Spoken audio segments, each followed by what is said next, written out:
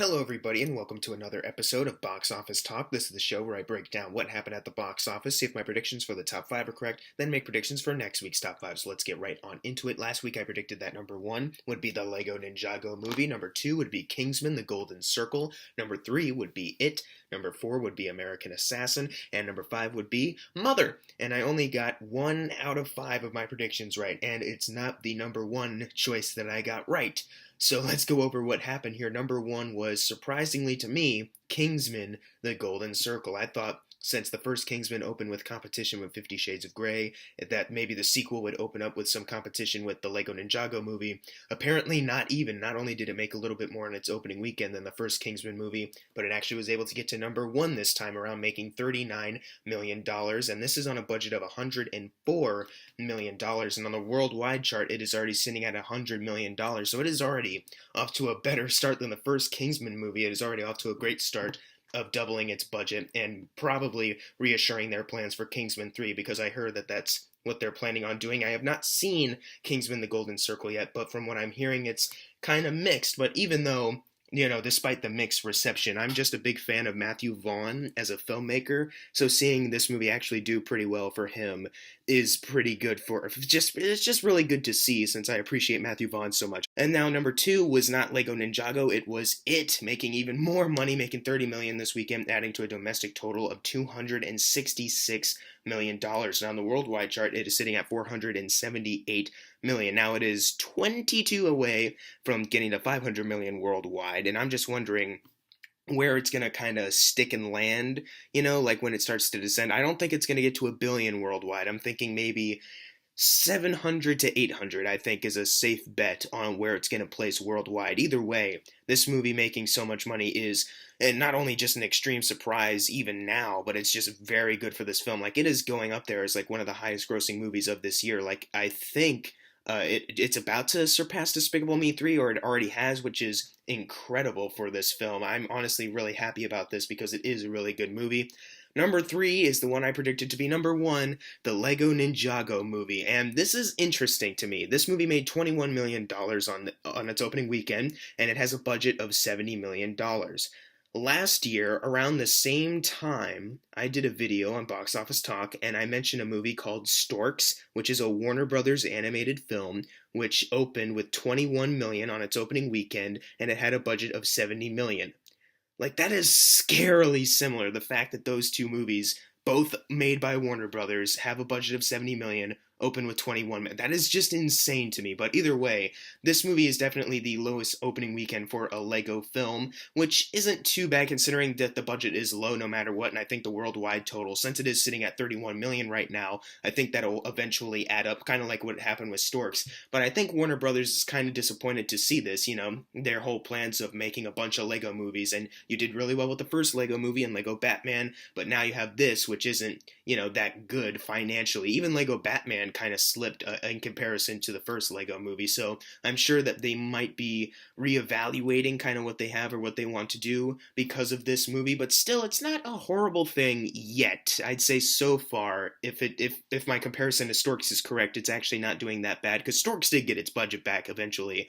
It's just that this movie is definitely probably not as huge as they wanted it to be. Number four is American Assassin, making $6 million, adding to a domestic total of $26 million. And on the worldwide chart, it is sitting at $32 million. Now, the budget is $33 million, and they need to get to $66 million to be considered a success. They've already dropped to number four this weekend, so if there's like a continued, because I believe it opened at number two last weekend, so if there's like a continued kind of like steady drop, I think it might get close to 66 million in total, but I'm just not sure about it, considering, what people have been saying about it, just not that it's not a very good film, and I don't think there's really that much of a demand for people to want to go out to see it. Even if worldwide they almost surpassed the initial production budget, there's still the other half, the doubling point that they have to kind of take care of too. So I don't really think there's going to be a franchise with this, and I don't even think that this is really the kind of success that they kind of want right now as well.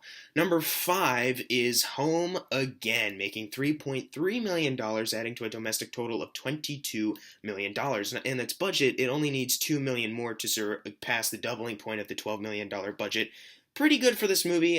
As I said last week, and it was kind of a surprise that it opened so little, but everyone kind of already assumed that it would get its budget back, especially considering the kind of movie it is. Next weekend, I'll be talking about it like it surpassed 24 million. What a hit, you know? So this movie is okay. It's not as big as other movies of its type, but given the feedback that it's been getting, like that's not much of a surprise. Number six was interesting because this movie's had a lot of controversy, and that would be Mother, the Darren Aronofsky movie. It only made $3.2 million this weekend, and that adds to a domestic total of $13 million. I was thinking that maybe it would cling on to the number five spot, but obviously not too many people want to go back to it. As I kind of said, like not too many audience members are going to recommend it to people they know. That cinema score F grade is not helping it, even though I don't really like give cinema score like that much credit. Like I don't think they hold a lot of merit to me. Like that probably doesn't help, especially the kind of divide on Rotten Tomatoes too. There's like a lot of factors that are kind of splitting people on this film.